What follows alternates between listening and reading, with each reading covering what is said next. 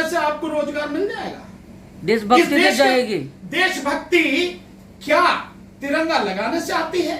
ये जो बच्चे, जो लोग जिनके पास खाने के लिए रोटी नहीं है, अनाज नहीं है, जिनको सरकार कहती है कि ये गरीबी की रेखा से नीचे है, और उनकी संख्या इस देश में 40 की बात कर रहे हैं। देश आज की तारीख में शिक्षा में नहीं रहा। अगर विश्व गुरु बन चुका है तो मैं आप सबसे साथियों से सवाल पूछता हूं, और आपके माध्यम से इस सरकार से सवाल पूछता हूं, और इस सरकार के उन अंधभक्तों से सवाल पूछता हूं जो विश्व गुरु चिल्ला रहे हैं और भक्ति में मग्न है कि अगर विश्व गुरु बन गया तो इस देश में हर साल बाहर पढ़ने जाने वाले बच्चों की संख्या क्यों बढ़ रही है सरकार के पास में? तो ये क्यों बनाया जा रहा?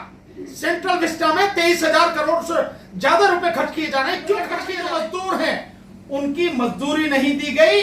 8,000 करोड़ के लगभग, अगर मेरी इंफॉर्मेशन सही है, 8,000 करोड़ के लगभग रुपया चाहिए, वो सरकार दे नहीं रही। और यही सरकार है जिसने कोविड के समय ढोल पीट के कहा कि हमने 71,000 करोड़ से बढ़ा के जो बजट है, वो बजट बढ़ा के हमने 43,000 करोड़ के लगभग तरक्की प्रगति के लिए कोई काम कर रहे हो, नहीं तुम बेरोजगारी हटाने के लिए कोई काम कर रहे हो, तो ये खर्चा सरकार का कहां से बढ़ रहा है?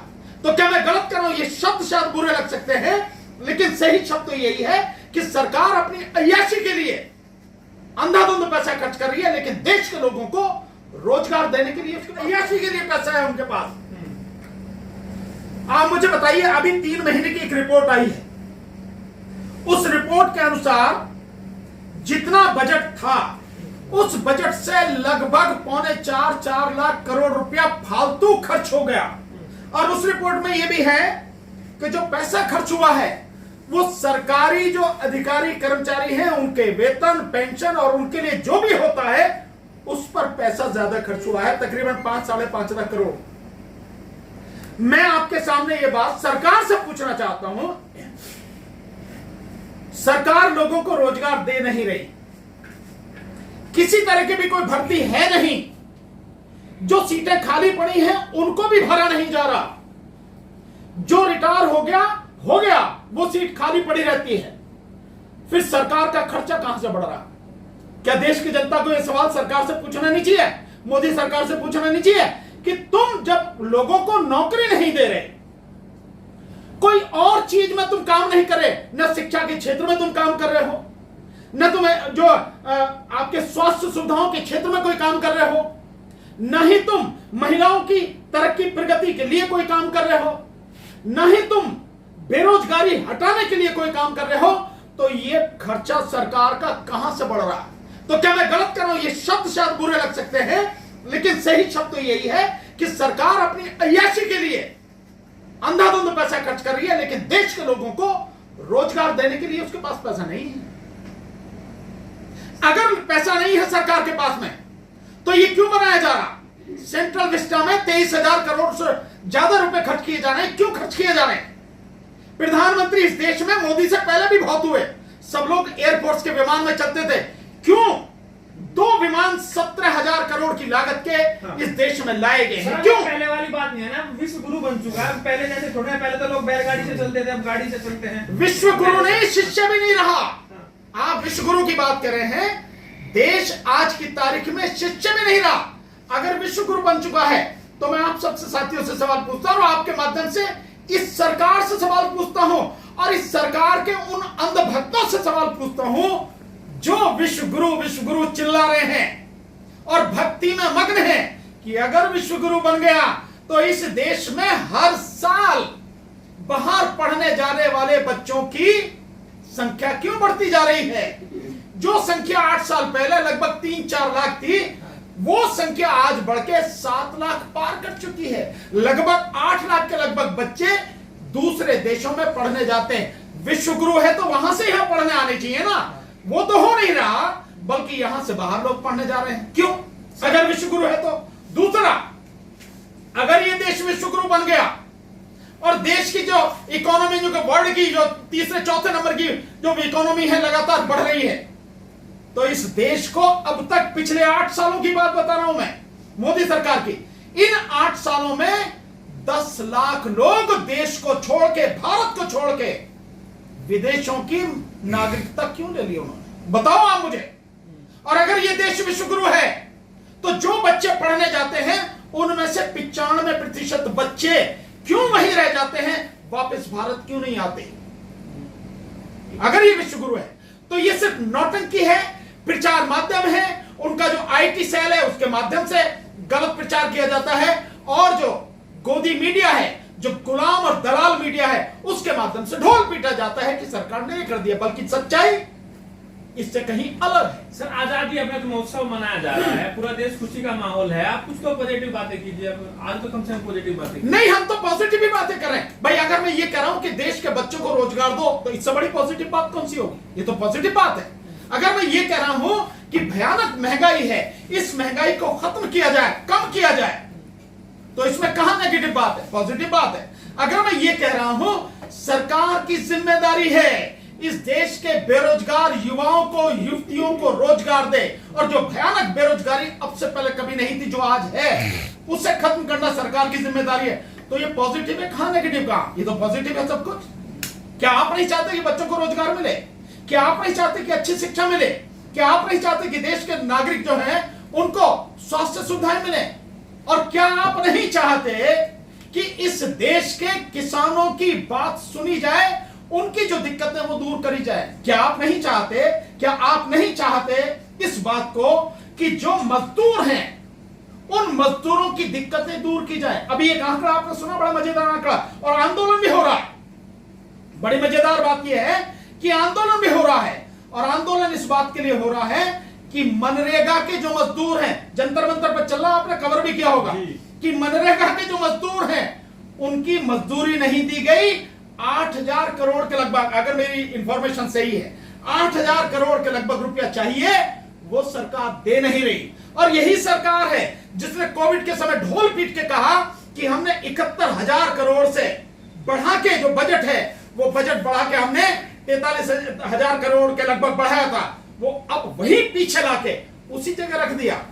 तो जो आप जिसकी बात करना आप करो ना, उसके लिए इसकी बात करना कि लोगों को उनका हक मिले, कहां नेगेटिव? सब पॉजिटिव। तो कह तो रहे सर, हर घर तिरंगा लगाइए सर, देशभक्ति, राष्ट्रभक्ति जगाने के लिए। कहते हैं तिरंगा लगाने से आपको रोजगार मिल जाएगा, देशभक्ति मिल जाएगी। देशभक्ति क्या तिरंगा लगाने से आती है? ये जो बच्चे, जो लोग जिनके पास खाने के लिए रोटी नहीं है, अनाज नहीं है, जिनको सरकार कहती है कि ये गरीबी की रेखा से नीचे है, और उनकी संख्या इस देश में 40 करोड़ से ज्यादा है। 80 करोड़ को सरकार खुद 5 किलो अनाज दे रही है, 80 करोड़ को। उन लोगों के पास खाने के लिए अनाज नहीं है, पहनने के लिए कपड़ा नहीं है, सर पे छत नहीं है। इस देश में करोड़ों लोग हैं जो केवल एक ही कमरे के कच्चे मकान में रहते हैं। उन लोगों से आप ये उम्मीद करते हो कि 25 रुपए का झंडा सरकारी रेट है? ये मैं आपको दिखा रहा हूं, इसकी आपको बड़े मजेदार बताता हूं बात, कि 25 रुपए का मिनिमम झंडा है। वो झंडा उन्हें खरीदना होगा, लगाना होगा। और उत्तर प्रदेश में इसकी है बड़ी मजेदार बात है, उत्तर प्रदेश में इस झंडे के लिए आप देखेंगे कि जो राशन की दुकानें हैं, उन राशन की दुकानों पर जबरदस्ती कहा जा रहा है कि 5 झंडे खरीदने होंगे। 5 झंडे, 100 रुपए का झंडा दिया जा रहा है। में खरीद नहीं सकते हैं सर। 5 उत्तर प्रदेश की सरकार ये बात कर रही है, उत्तर प्रदेश की सरकार ये बात कर रही है।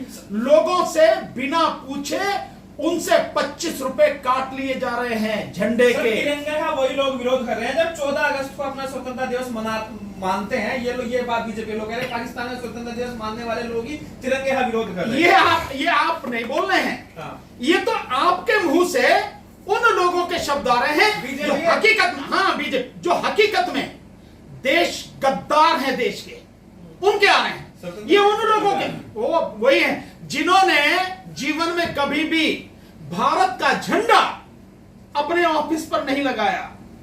वो आज देशभक्ति के लिए तिरंगे की बात कर रहे हैं। ये वही लोग हैं जिन्होंने 1948 में आरएसएस ने पैरों के नीचे कुचला, यही तिरंगा पैरों के नीचे कुचला। ये वो लोग हैं जो आज स्वतंत्रता दिवस की बात कर रहे हैं और आप मतलब झंडे की बात कर रहे हैं, तिरंगे की बात कर रहे हैं, जो आज भी अपनी डीपी में तिरंगा लगाना जो ठीक नहीं समझते, आप उनकी बात कर रहे हैं। आप ये लोग सिखाएंगे देशभक्ति। देशभक्ति के लिए किसी इस तरह के आयोजन की जरूरत नहीं होती। देशभक्ति अंदर से होती है। देशभक्ति लोगों के खून में शामिल है, इनके खून में शामिल नहीं है। देशभक्ति लोगों की रग रग में शामिल है, वहां से आती है देशभक्ति। तिरंगे की आड़ में क्या काले कामों को छुपाया जा रहा है? स्वाभाविक है, केवल काले काम नहीं, तिरंगे की आड़ में इस देश को बेचने की जो लगातार कोशिश चल रही है उसको, और इसके अलावा तिरंगे की आड़ में हर वो जनता से जुड़ा हुआ मुद्दा, उससे ध्यान भटकाया जा रहा है। अभी एक मजेदार आपने चीज देखी होगी भी, अरुण जी आपसे जरा मुखातिब होना चाहूंगा मैं, अभी बड़ी मजेदार बात, और वो बात ये है कि अभी 5 लाख वो उसकी 5GB की वो हुई है ना, 5G की ऑक्शन हुई है, नीलामी 5G स्पेक्ट्रम की। आपको मालूम है बीजेपी के आने से पहले क्या था 2G वाले में 1,76,000 करोड़ के घोटाले की बात थी। ये 5 लाख करोड़ से ज्यादा का जाना था 5G स्पेक्ट्रम, 5 लाख करोड़ से ज्यादा का, लेकिन गया कितने का है? 1.5 लाख करोड़ का। और आपको मालूम है उस 1.5 लाख करोड़ में से सरकार के खाते में कितना आएगा, हाथ में कितना आएगा? मात्र 13,887 करोड़ रुपए एक साल में। और ये कब तक आएगा बाकी नहीं जानते। और ये भी सब जो आएगा वो भी सरकारी बैंकों से लोन लेकर ही सरकार को दिया जाएगा। सरकार को दिया जाएगा बीजेपी के खाते में? हाँ, जो भी समझ लो आप, बीजेपी के खाते में, ये तो दिखाने के लिए सरकार के में आएगा। बाकी इस 1.5 लाख करोड़ में जो दिया गया है उसके अलावा जो होगा उसमें से बंदर बांट होगी जो सरकार के खाते में आएगा, चाहे वो इलेक्टोरल बॉन्ड्स के माध्यम से हो और या किसी भी और माध्यम से हो। सर एक सवाल ये है कि अभी आपने कहा था कि जो है लाखों लोग जो यहाँ से नागरिकता छोड़ रहे हैं, ये वो लोग भी तो हो सकते हैं जिन्हें देश से मोहब्बत ना हो। नहीं, मैं नहीं मानता कि जिन्हें देश से मोहब्बत ना हो, लेकिन मैं ये जरूर मानता हूं, मेरा हो सकता है उन्हें देश से मोहब्बत हो या नहीं हो, मैं इसमें कमेंट किए बिना, पर एक चीज मेरे दिमाग में जरूर आती है। अगर ये लोग, और ये हैं कौन? ये हैं इस देश के करोड़पति और अरबपति और खरबपति लोग जो देश छोड़ रहे हैं। तो आपकी बात भी बहुत हद तक सही हो सकती है, पर मैं उससे अलग हटके एक बात कहना चाहता हूं। कम से कम ये जो लोग हैं इनको इस बात का एहसास जरूर हो चुका है कि भारत की स्थिति लगातार बिगड़ रही है और देश में कुछ भी हो सकता है। देश गृह युद्ध की तरफ जिस तरह से ढकेला जा रहा है, जिस तरह से बद से बदतर इसकी स्थिति होती जा रही है, उस स्थिति में उनको लगता है कि यार यहां से छोड़कर भारत की दूसरे देशों की नागरिकता लेकर आराम से सुकून से वहां रहो। कुछ भी हो सकता है। आज जिस तरीके से प्रधानमंत्री मोदी का विरोध कर रहे हैं, कहा जाता है कि जब तक मोदी का राय नहीं लिया जाए पूरी दुनिया में कोई फैसला नहीं लिया जाता। अरे यार, अनपढ़ आदमी की राय लेगा कोई? बेकार की बात करो यार, तुम भी क्या बात कर रहे हो आप? कोई अनपढ़ आदमी की राय लेगा? उन्होंने तो पढ़े लिखे की बात हो तो कोई बात। रूस का और यूक्रेन का युद्ध रुकवा दिया। हाँ बिल्कुल, जरूर, बिल्कुल रुकवा दिया होगा। मतलब ये जो है गोदी मीडिया द्वारा और उनके जो IT सेल है उसके द्वारा जो प्रचार किया गया, आप कहते हो कि कोई भी पढ़ा लिखा समझदार व्यक्ति इस बात को सच मान लेगा? अगर रुकवा ही दिया होता तो फिर और भी सुविधाएं दिलवा दी होती ना, फिर उन लोगों की सुरक्षा भी करवा दी होती ना। वो बच्चे वहां से यहां क्यों आए? उन बच्चों को भी सुरक्षा करवा देनी थी। और अगर यही सब कुछ है तो वो 18,000 बच्चे जिनका भविष्य अधर में लटक चुका है, यहां धरना दे रहे हैं, शायद उसमें धरना चला दिल्ली में रामलीला मैदान में, वो धरना दे रहे हैं कि भैया हमें कम से कम किसी कॉलेज में एडमिशन तो दिलवा दो। उन्हें एडमिशन नहीं मिल रहा। तो ये सब सारी जो बातें आप कह रहे हैं, दुनिया का इतना शक्तिशाली व्यक्ति देश में रोजगार नहीं दे सकता जो इतना शक्तिशाली व्यक्ति काम कर सकता है। आप जो कह रहे हैं इतना शक्तिशाली व्यक्ति है कि उस शक्तिशाली व्यक्ति की सच कुछ भी बाहर आ जाए उससे टांगें कांपती हैं। इतना शक्तिशाली व्यक्ति है वो।